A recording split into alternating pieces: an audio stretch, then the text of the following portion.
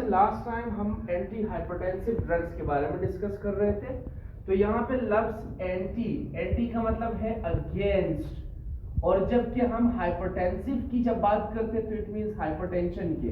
Hypertension basically high blood pressure को कहा जाता है। तो अब वो ड्रग्स जो कि हम हाई ब्लड प्रेशर के अगेंस्ट इस्तेमाल करेंगे, यानी अगर किसी भी शख्स का ब्लड प्रेशर हाई है तो उस हाई ब्लड प्रेशर को दोबारा लो होने की तरफ लाने के लिए हम जिन ड्रग्स का इस्तेमाल करेंगे उन्हें हम एंटी हाइपरटेंसिव ड्रग्स का नाम देंगे। अब इस एंटी हाइपरटेंसिव ड्रग्स में 4 कॉमन ग्रुप्स हैं जिसमें हम बीटा ब्लॉकर्स के नाम से जानते हैं। The first group is your beta blockers. Beta blockers है पहला ग्रुप। और अगर हम सेकंड ग्रुप की बात करें तो that is ACE inhibitors. Second group ACE inhibitors है। और जो थर्ड ग्रुप हमारे पास है वो ARB ब्लॉकर है। और चौथा जो ग्रुप है, fourth group, that is calcium channel blockers. तो कैल्शियम चैनल ब्लॉकर्स, अगर हम इन ग्रुप्स में से कैल्शियम चैनल ब्लॉकर्स की बात करते हैं, क्योंकि हमारे प्रीवियस लेक्चर में हम एंटी हाइपरटेंसिव ड्रग्स को और इन्हीं 4 ग्रुप्स को, और उसमें खास तौर पे हम beta blockers, angiotensin converting enzyme inhibitor, और जो थर्ड ग्रुप हमारे पास है एंजियोटेंसिन 2 रिसेप्टर ब्लॉकर्स, हम इन्हीं के बारे में डिस्कस कर चुके हैं। Next calcium channel blockers. Calcium channel blockers, अगर हम अपने हार्ट यानी कार्डियक मसल्स को देखेंगे, कार्डियक मसल, या फिर अगर हम अपने आर्टेरियल मसल को देखें, तो मसल बेसिकली आपके सेल से ही मिलकर बने हैं।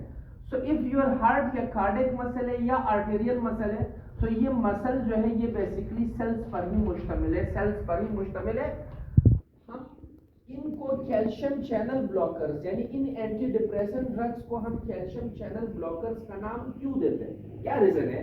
रीजन ये है कि हमारे हार्ट मसल्स और आर्टेरियल जो मसल्स है ये किस चीज से मिलकर बने हैं? सेल से, सेलुलर स्ट्रक्चर्स पर मुश्तमिल है। और इन्हीं सेल्स में मौजूद एक खास किस्म के चैनल्स लगे होते हैं जिनको हम कहते हैं कैल्शियम चैनल। कैल्शियम चैनल इसलिए इनको नाम दिया जाता है क्योंकि इन्हीं चैनल से कैल्शियम पास होते हैं और कैल्शियम इन्हीं सेलुलर स्ट्रक्चर्स तक जाते हैं। तो ये जो कैल्शियम आयन जब सेल के अंदर जाते हैं तो यही ब्लड वेसल्स और यही आर्टेरियल वेसल्स जो है और यही सेल्स क्या हो जाते हैं? ये कंस्ट्रिक्ट हो जाते हैं। और इसी कंस्ट्रिक्शंस की वजह से जब आपके कैल्शियम आयन सेल्स के अंदर चले जाएंगे तो आपके यही सेलुलर स्ट्रक्चर्स या आपके यही ब्लड वेसल्स क्या हो जाएंगे? कंस्ट्रिक्ट हो जाएंगे। ब्लड वेसल्स के कंस्ट्रिक्शंस की वजह से आपका हार्ट रेट, आपके दिल की धड़कन तेज होगी और आपका ब्लड प्रेशर जो है वो क्या होगा? वो ज्यादा होने लगेगा।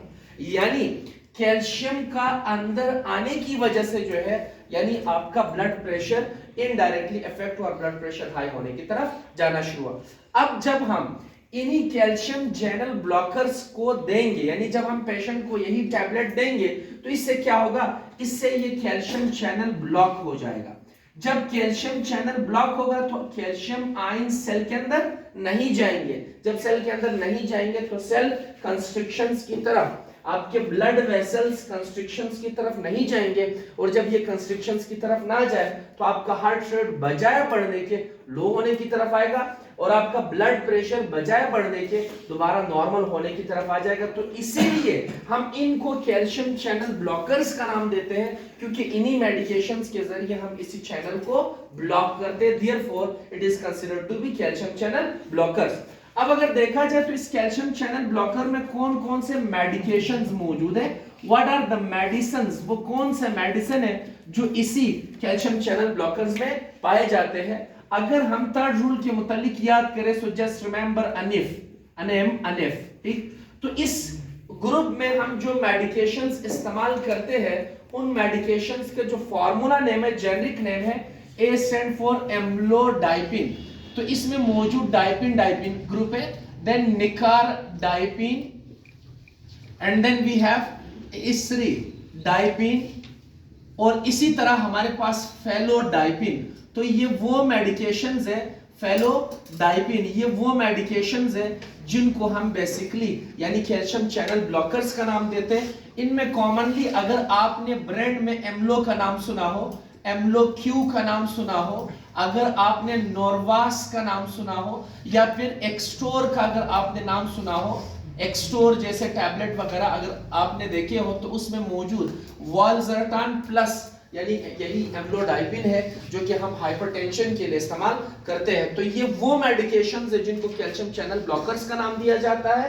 Why they are called as calcium channel blockers? क्योंकि इन्हीं मेडिकेशंस के जरिए हम कैल्शियम चैनल को ब्लॉक करते हैं, जिसकी वजह से आपका ब्लड प्रेशर नॉर्मल होने की तरफ आ जाएगा और आप इस कंडीशन से बचने की तरफ चले जाएंगे। व्हाट आर द इंडिकेशंस, यानी इन मेडिकेशंस की इंडिकेशंस क्या है, यूजेस क्या है, हम कौन कौन से कंडीशन में इन मेडिकेशंस को यूज कर सकते हैं।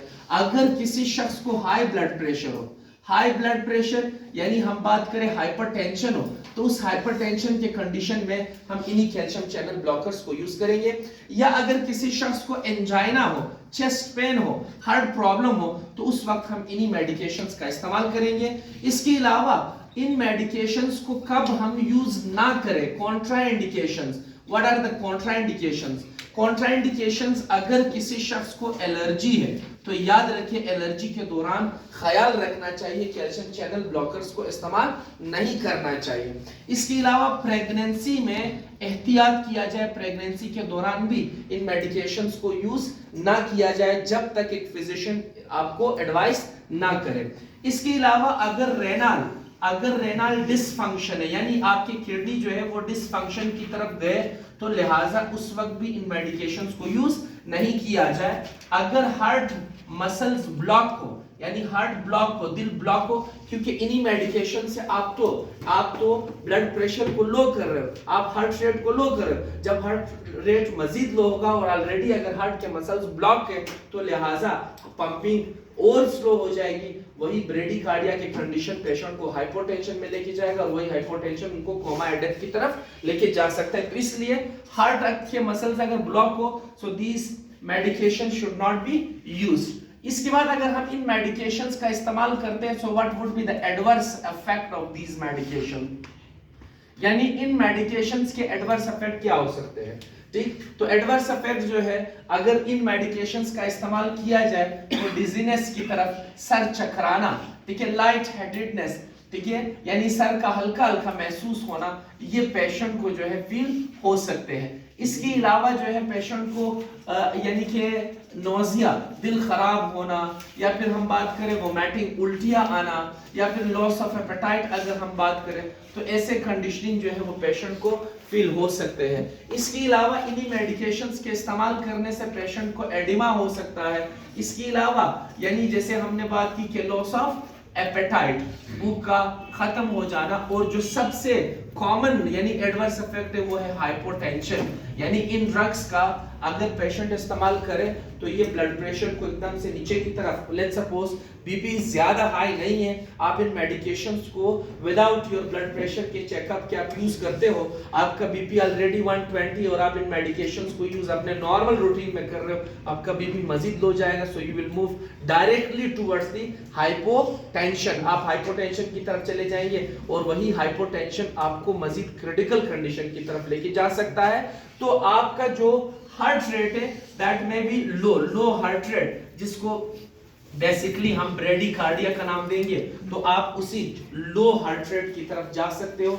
इसीलिए ये एडवर्स इफेक्ट है अगर पेशेंट को ये यानी कि फील हो, और साथ साथ इन्हीं यानी कि मेडिकेशंस के लेने के साथ साथ पेशेंट अक्सर कंफ्यूजन की तरफ जाते हैं, ठीक है, नर्वसनेस की तरफ जाते हैं। तो अगर ऐसा कोई कंडीशन हो तो आप समझे कि these are the adverse effect of यानी एंटी हाइपरटेंसिव ड्रग्स। और कौन से एंटी हाइपरटेंसिव ड्रग्स है? The calcium channel blockers. तो यहां तक कैल्शियम चैनल ब्लॉकर्स की हमने indications, contraindications, adverse effect discuss कर दिए। If you have any problem, so may ask, आपको अगर कोई भी क्वेश्चन रिगार्डिंग इसी टॉपिक के है तो आप पूछ सकते हो। Still it is on the white board पे मौजूद है topic, so you may ask. जी उमर।